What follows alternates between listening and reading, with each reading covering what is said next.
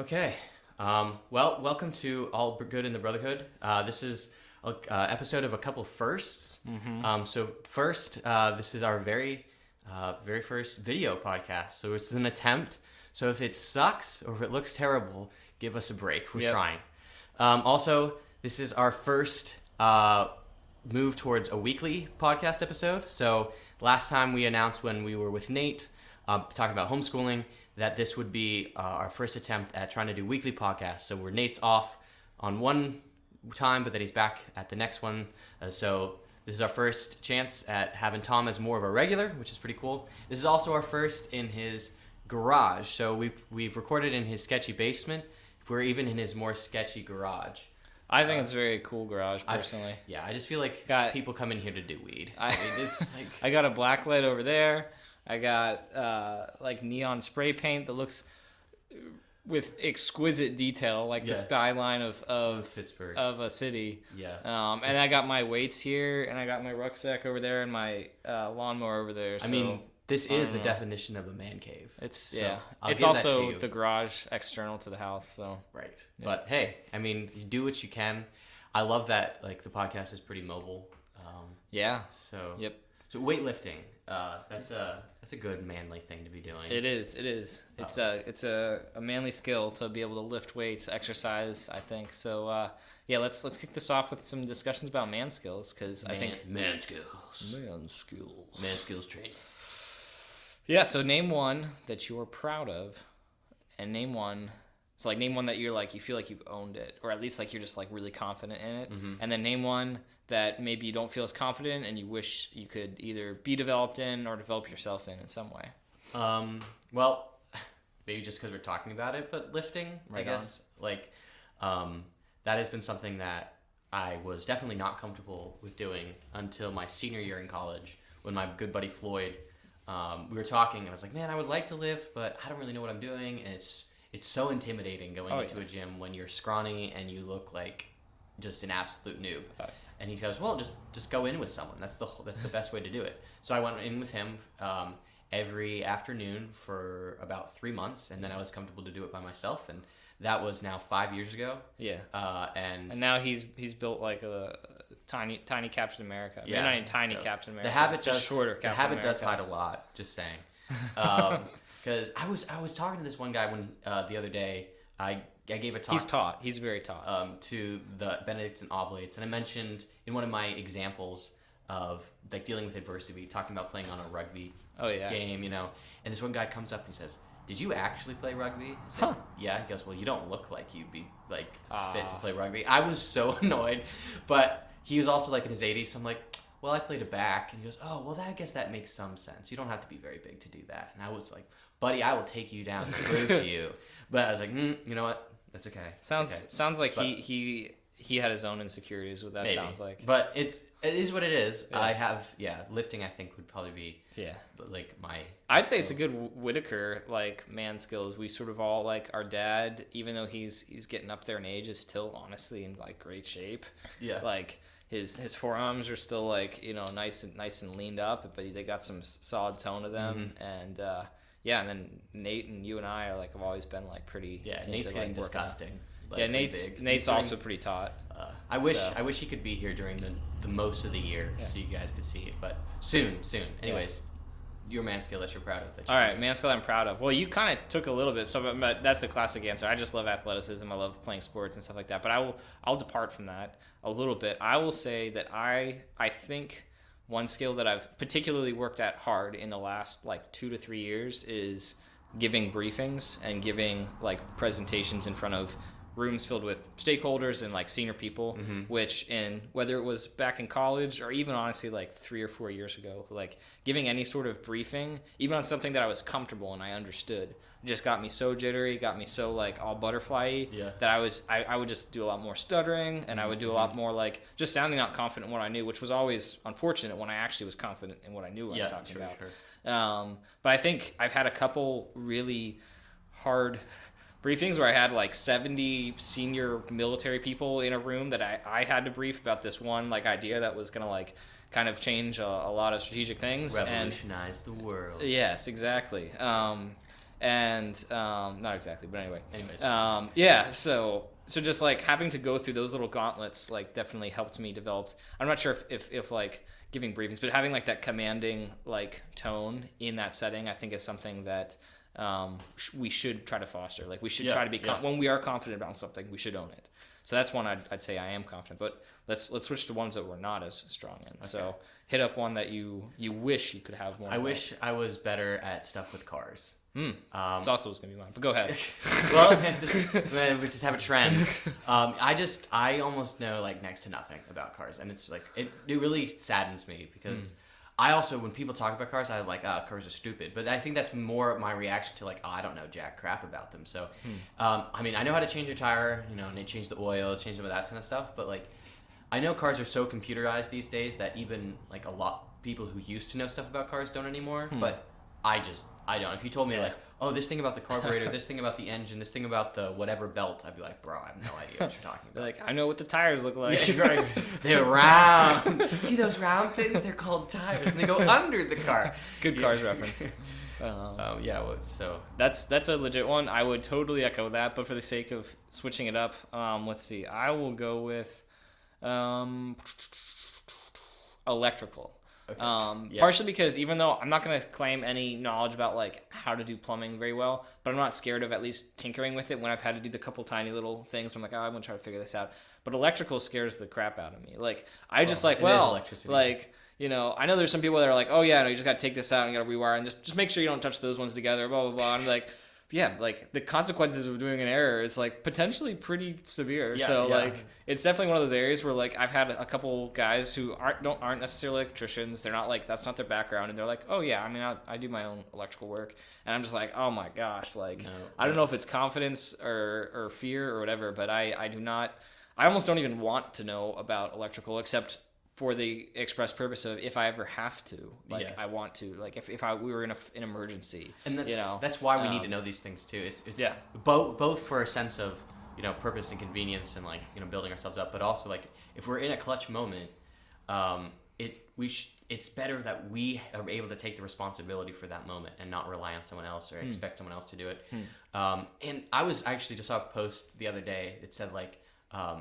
It was calling out like men specifically, but it's like Christian men, your wife deserves better than a dad bod. Your kids deserve better than like a drinking father. Your kids, your friends deserve better than a lazy bum who watches football. And I was like, definitely because I don't work out. Today. Yeah, okay, but you know what I mean. Yeah, right. We'll watch football, sure. And I was just thinking like, we can't live for that. I don't work. Shouldn't work out just for my own ego. I know that's why a lot of people do work out, but it should be that if a moment comes where I have to fight or I have to take someone down or I just need to like lift something heavy for someone because they can't, I can step in and do that. And that it's good. Sorry, there's the fly. Yeah. It's good that we have that built into our nature to want to do those things. Yeah. Yeah, and I think that's like I know I've had some like kind of amusing, but it's like a good real conversation with some guys over the years, like just like the kind of sometimes the hero fantasization that we sort of tend to do, where it's like sometimes you almost wish like a terrible situation would happen. Oh, dude! So that way you could like save people. You could like like maybe this person is like a terrible, like maybe they're really frustrating me, but it'd be great if like I had a situation where I could take a bullet for them just to show them that like I am like I want to be that way. And I think that's a good aspiration to like foster. We have to obviously be careful that we don't like fail to recognize the smaller emergencies in our lives that actually require like staying up. We had some babies. My wife was at a retreat this weekend and I was at home with the kids and I did not get good sleep last night. So while I was not jumping in front of a bullet for everybody, I had to stay up late and not get sleep, even though I'm sick. So you can't be a big real hero if you're not a hero in the little moments. Because you have to train yourself. Same with martyrdom. People, the martyrs. We think like, oh, that's great. In the moment that they were challenged for Christ, they didn't back down. Well, it's because they didn't back down either when a little suffering came or when they were asked to go an extra mile. They were trained for that, and that's why we want like that's these ideas of man skills. Whether it's lifting, working on a car. chopping lumber, knowing how to like survive out in like somewhere outdoors, for who knows how long you have to. Yep. We First aid, things like that. The purpose of training ourselves in order to make those small sacrifices now, so that when the big one comes, we're able to make them. Yeah. And that like these things are good for us in our own very nature. Because so like masculinity, we Nate and I had an episode way back in very beginning. Like episode 4 maybe. Yeah, very fourth episode. Go back; it's actually a really good episode. I'm glad I remembered that. The audio quality is not so hot because we had an old microphone, but the content great. This one's we talked better. about toxic masculinity, and it's like, is toxic masculinity an actual thing? Is it a misnomer? Whatever. But the idea of masculinity, it is a raw aspect of the male, right? It comes with different, I don't know, features, let's say, or things that are natural, that we're more inclined qualities that things we're more inclined to than the feminine. Sure. And that these man skills are actually really good ways to tame or to foster, to hone, to harness that wholesome energy. Exactly, in a positive way. Or it's raw energy, I should say. Yeah. It's the wholesome outlet of that raw power and that raw energy. And so you think about men, masculinity, when it existed, as long as men have existed, there's been masculinity. You think about back in the barbarians, or the nomadic tribes, or cavemen, or whatever. They were, hunting T-Rexes, survival, discovering fire, whatever it is. They had to harness what was in them. It was already in them. They didn't have to be educated. They didn't have to study whatever to know that this is within my ability, but I have to employ it in a certain way to protect my family, to eat, whatever. But now, because so many of those external things are provided for us, where the culture has told us like, oh, well, you shouldn't become these things or doing those things, like lifting is fat phobic, or being a hunter is misogynistic, or that you like hate animals, or you hate nature and things like that, rather than having like a unique respect for it. Like you go to certain gyms now. Like I remember a gym that I looked at when I was living in Arlington for a bit, and like they had like a couple rules on the wall, and it was like they actually didn't want people to work out that hard.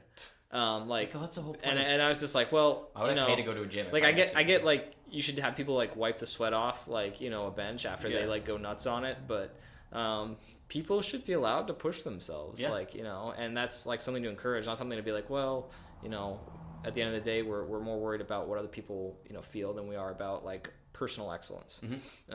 And when you kill those activities, you are tracing back to saying, well, we want to kill what's in you too. So raw qualities in us is the desire to be in charge, authority, to have authority over something or someone. Right. And I think being in the military, there's a reason why men want to be in the military, because they're either the authority of other people, or they're willing to fight on behalf of someone else's authority, or power, just to kind of like to use what's in us to dominate something, or to assert ourselves, without a proper avenue for that. Whether it's like it requires power to push the bench forward, right? Or it requires an inner power to be able to get up on that stand and give a speech that might be uncomfortable. Without training or without focus, power will just become violence. Like, well, I have to overpower something, so I'm going to overpower this woman, or I'm going to overpower this bum who's in their car, or take a gun and overpower these school children, whatever. It's sad. I'm not making light of these situations. It's a perversion of that energy, and some of those gross perversion, because it doesn't always need to go to that level to be that wrong. It's just like the small ways that we choose to funnel that energy that we are probably more likely to just produce as insignificant or inconsequential. But because those are like on the far end of that. But like smaller ways, pornography, all these ways that we cave and we let that energy that's always been there, that's been entwined with our spirit and our soul, and we choose to kind of just satisfy it through meaningless ways sometimes. So why do why do you think we should encourage each other as men in these? Like, why is it important?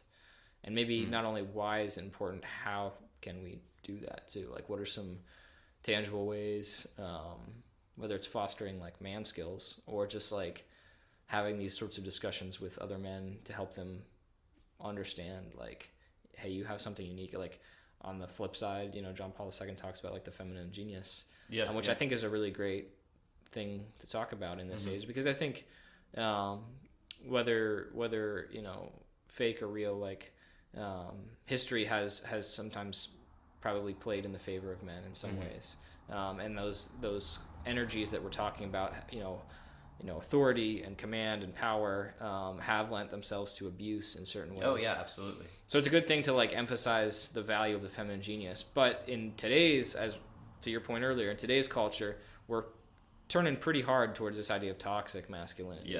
Yeah. So again, going back to like how or why and how should we try to foster these things? And is it just to like combat this erosion of masculinity, or is there a deeper reason why we need to be pursuing it? Well, like as you use the phrase feminine genius, I think there's then masculine ingenuity. That just like kind of a natural desire to make something new, to make something better than it is. And that improvement, that to give newer life or better life into something is something that we have.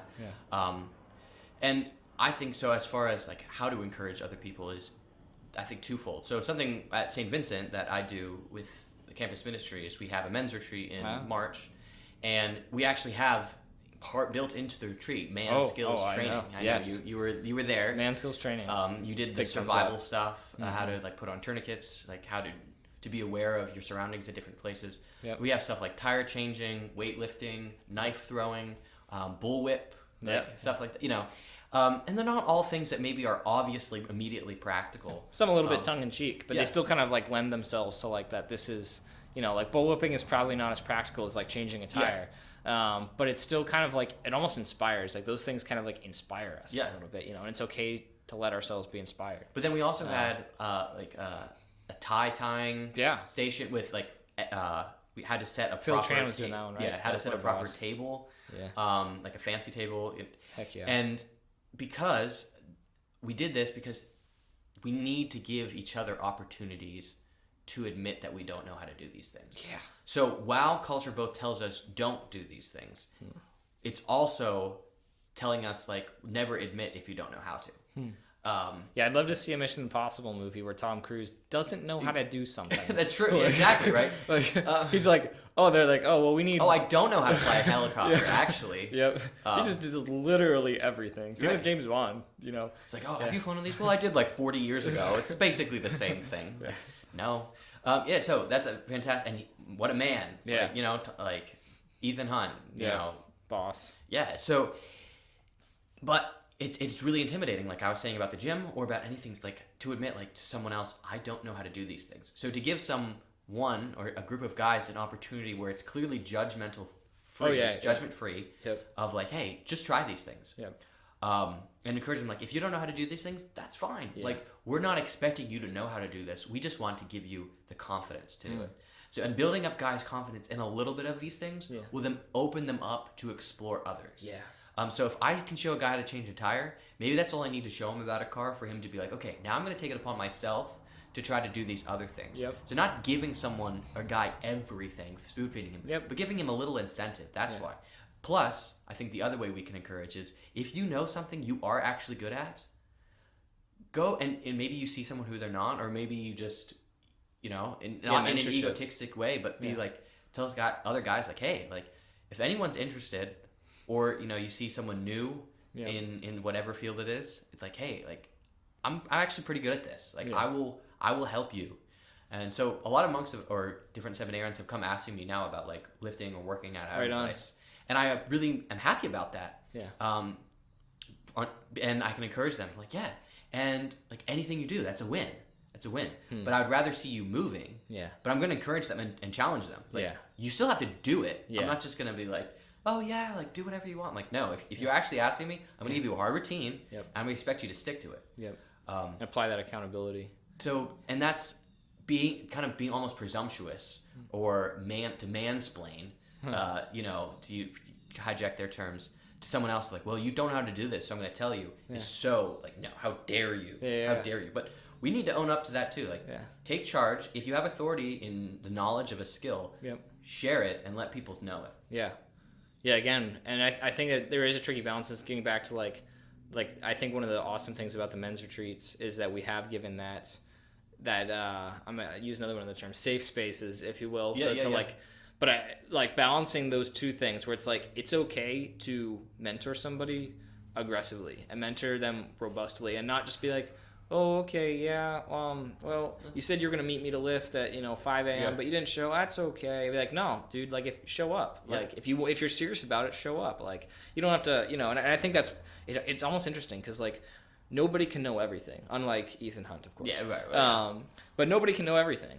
But I think historically we haven't been able to create kind of almost like that safe space like you do at the men's retreat because men know they don't know everything. Maybe they're a great athlete, but they're like, they struggle in everyday, mathematics or something, the classic football jock and classic chess nerd kind of stuff, exactly. And they never come together and like help each other become better individuals. They'd almost rather just like kind of throw shade on the other because it helps them feel like satisfied that they're not something that they wish. I didn't even care about that to begin with. Yep. So, like I think that's where things like the men's retreat and just again balancing effectively like robust mentorship to peers and friends and brothers and sons and fathers who like don't know a skill or don't know something, but remembering that like it can't come from a place of pride. It's got to come from a place of I want you to be better because I care about you as a person, and I think that's like. In a way, like we're also talking about like good fatherhood. I feel like because like a good dad isn't gonna like yell at his son that because he can't change a flat tire just because he wants to make his son feel little and himself. Like a good father is gonna be like, hey, you did that wrong, and I'm gonna help you figure it out so you don't do it wrong again next time. But not again from that place of pride and like I'm gonna put you down. So that's cool. But like I think one thing we've touched upon a couple times is like these these man skills, they help us curtail these kind of raw energies and they help us focus and harness them, but like what are we avoiding by harnessing them? And I think we've also touched upon some of that too. You gave some extreme examples earlier, but like if we're just going to talk about it, like power and authority and dominance, which I think is something you talked about a Chris Stefanik talk. Where you brought some of those things up. I was just at the Pittsburgh Men's Conference yesterday actually. And he spoke about how these things in masculinity are being neutered, and that which is part of our nature is being told like, well, it can no longer be part of your nature. So he's like, well, no. They have to be, but done rightly. So what is true virility, giving life into something new life? What is true dominance? And the ultimate figure for this is Jesus. He's the most virile man, the most dominant man, the most powerful man. He's totally crushed sin. Power is not, inserting yourself over people or taking charge all the time, but rather knowing when you could, but still maybe choosing not to. Or dominance is not taking over someone else and saying like I must be in charge or like I have to rule, but rather dominating what is dark in your soul or dark about you so that you can be fully alive to give yourself. And virility is giving not what you want about yourself, but giving who you actually are. And until we know who we are, and the only way to do that is actually self-exploration, which is hard and difficult and challenging, and we often deny it. And that's why we have quote unquote toxic masculinity, is because men refuse to even look at themselves. And if they do, well, now they can actually give who they are. And maybe that means admitting to things that are hard, but that also means sharing what they know is good about themselves and what they like and what they're already given to. And I think vengeance is another thing. When something wrong is done to you, we want to lash out. And like men are way faster to lash out than women, right? Or we lash out way more physically. There's a reason why men are in prison more than women are in prison. Oh, sure. Because of the physical. Well, what if like Mr. Rogers had said, why don't you just go punch something instead, like a punching bag? Like that's what we kind of need. Those skills, like an outlet. And to know that like, I have the ability to take this guy down if I wanted to, but that is not necessarily strength. Strength is to say I could do it, but I'm not necessarily. But I'm going to still maybe do it differently. I feel like you just described the plot to The Lion King.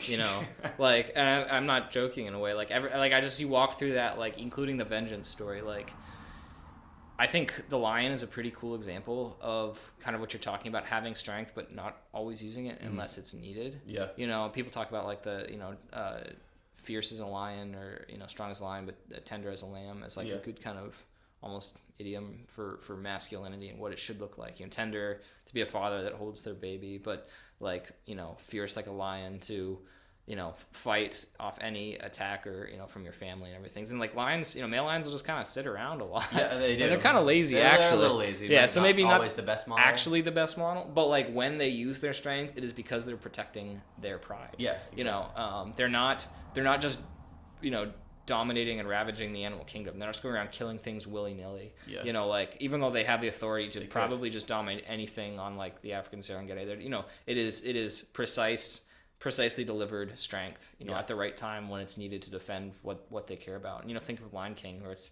like, and there's obviously some silliness in that, but like in the end, to your point about vengeance, he comes and he confronts with strength, the creature that killed his father, and ruined his own reputation, and he still he delivers with strength that overthrow, but he doesn't seek vengeance. He still stops in the end. And of course, there's Scar still gets like thrown off a cliff or whatever. But it's not because of that's how he starts things.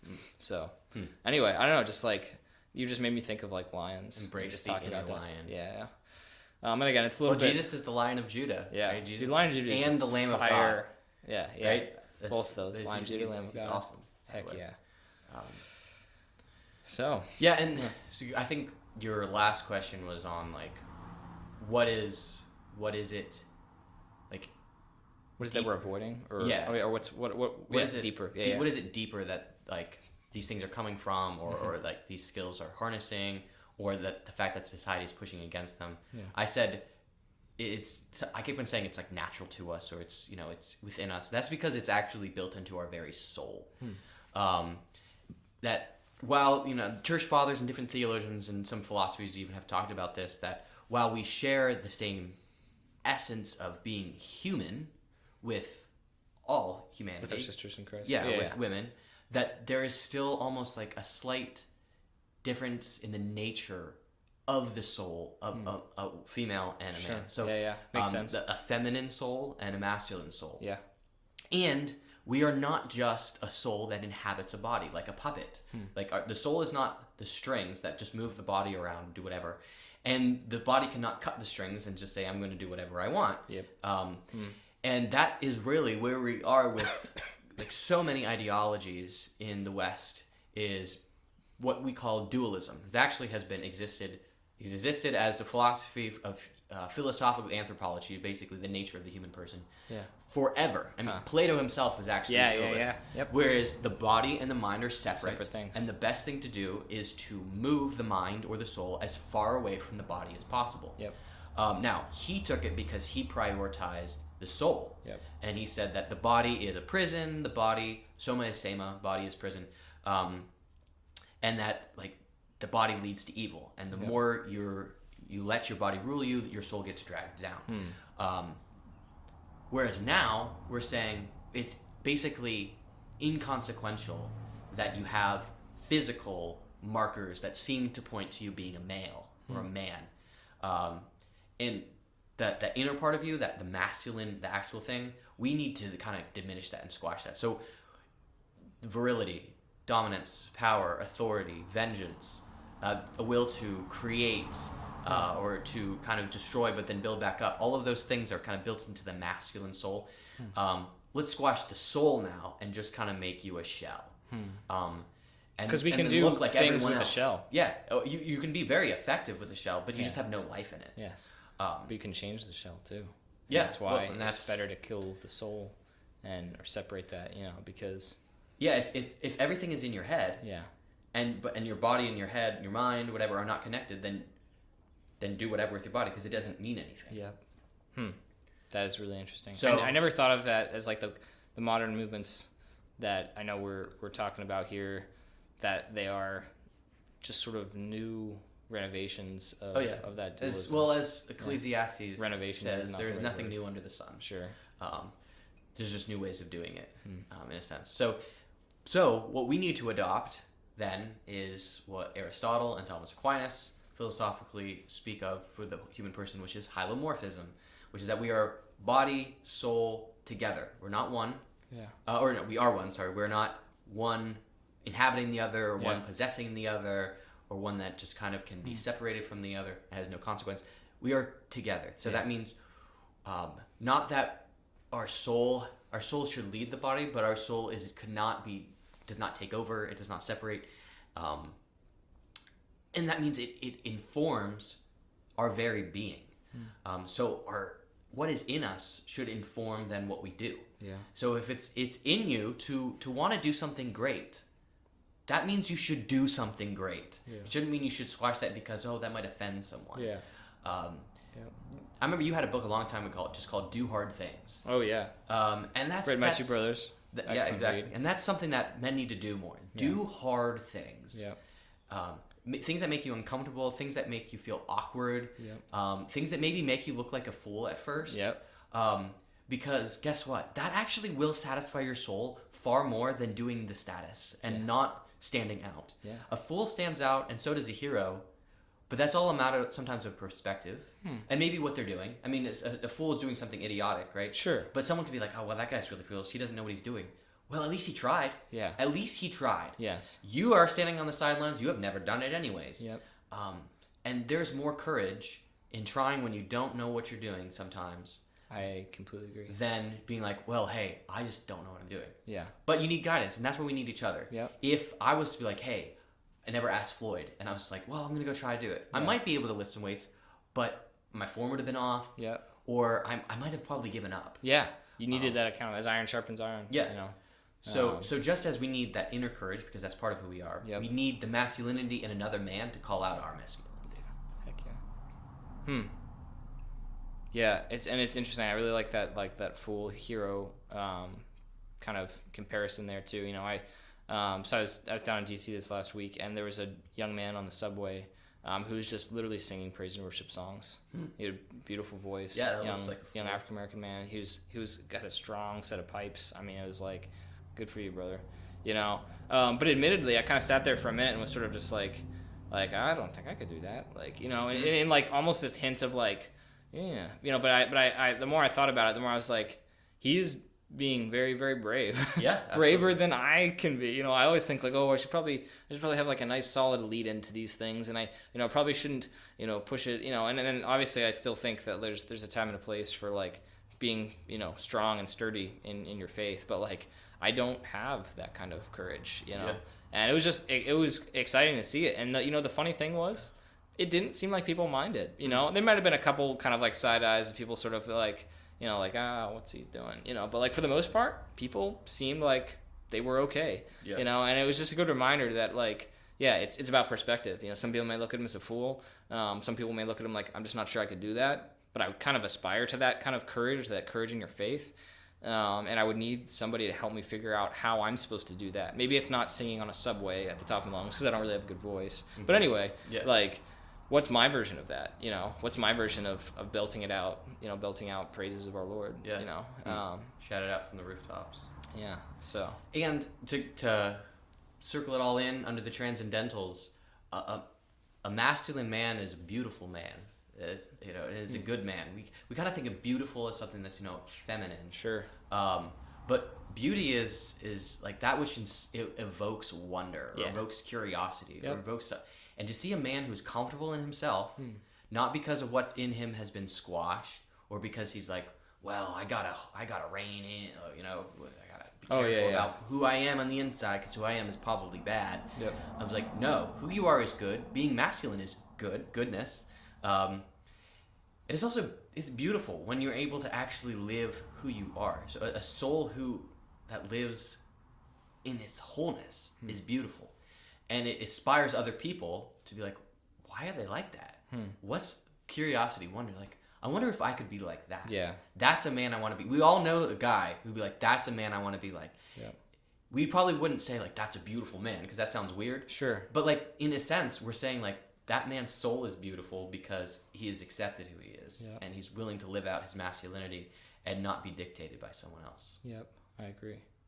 So, now, if you hear some of this and you're like, wow, like these are clear people who are holding fast to the patriarchy, or like true misogynists, racist bigots right there, who have no respect for women. No, if men were men, women would want to be women. They wouldn't want to try to be men because they'd understand that that they're appreciated because they're different. And Adam only knew his identity as a man when he found Eve, because he said, "At last, this is someone my bone, flesh of my flesh." flesh. Right? Yeah. And he looked to her for the image of God, not to himself. And it took her for when he fell, it was because she played such an integral role in him.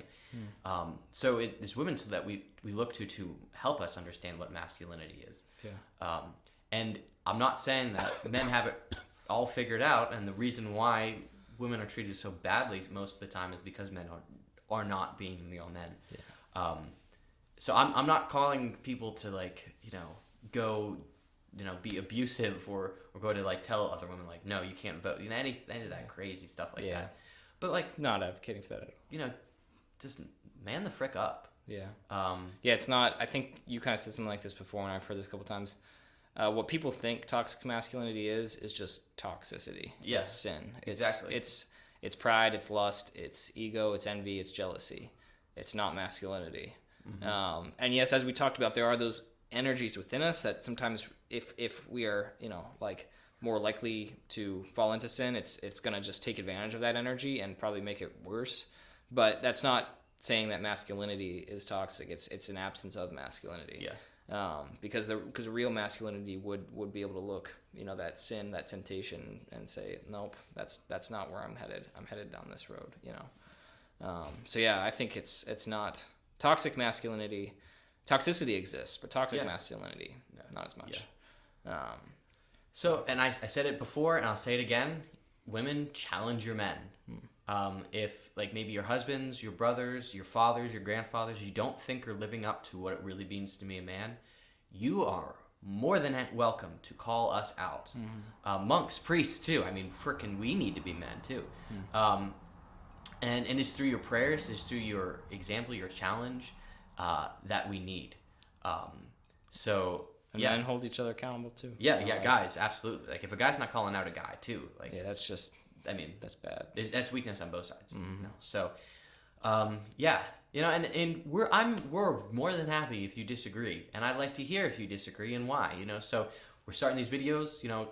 Leave a comment below on YouTube. If you agree, disagree, maybe you want us to flesh some of these things out again, or bring Nate into the conversation next time. Whatever it is, but please, if you can, subscribe to our channel, like it. Ring the notification bell. We're doing the classic YouTube thing. We gotta say, whatever it is, or on Spotify, on Amazon, whatever platform you're listening on. Please do something to promote us if you can, or to respond. I'm also on analytics. Find that a lot of your listeners, very few people are subscribers. So change that. So, and we're looking forward to having you with us every week now. And if you like our message, please spread all good in the Brotherhood to your families and friends. And we'll pray for you. You comment, you like, whatever, subscribe. We'll pray for you. So not that we conditionalize those things for your prayer. True. But hey, it helps us identify. True. Praying for that person. So. All right. Well, I am Brother Francisco, and I'm Tom Whitaker, his biological brother. Yes. Thank you for joining us for an episode of All Good in the Brotherhood, and we will see you next time. Peace out. Bye.